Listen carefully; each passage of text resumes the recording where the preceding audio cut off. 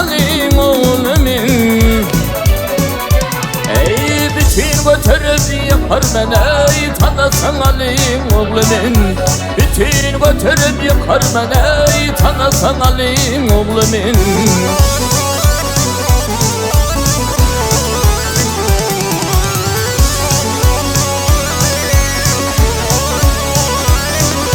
Solay kalkar yolundan, akmir edersin somundan.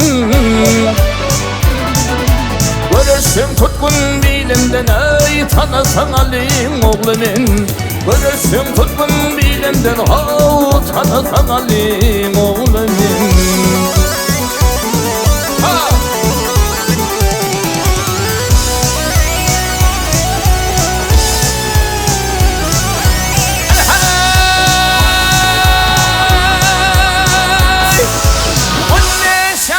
Sıktım bir adısına, bir eşeğin geldim kaskana. Kelime vur desine, tanısan alayım oğlumun. Kelime vur desine, tanısan alayım oğlumun.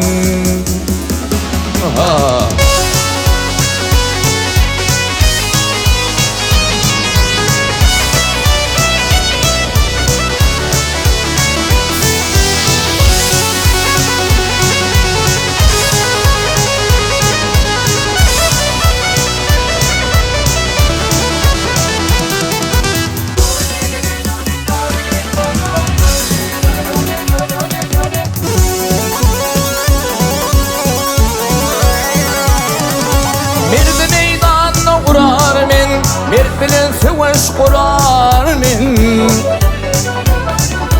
Yekmeyen seveş eder men, ey tanısan alayım oğlumun.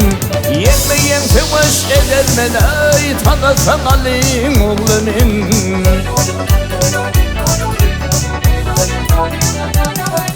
Babam Muhammed Mustafa, atam Zülfikar Şirhuda.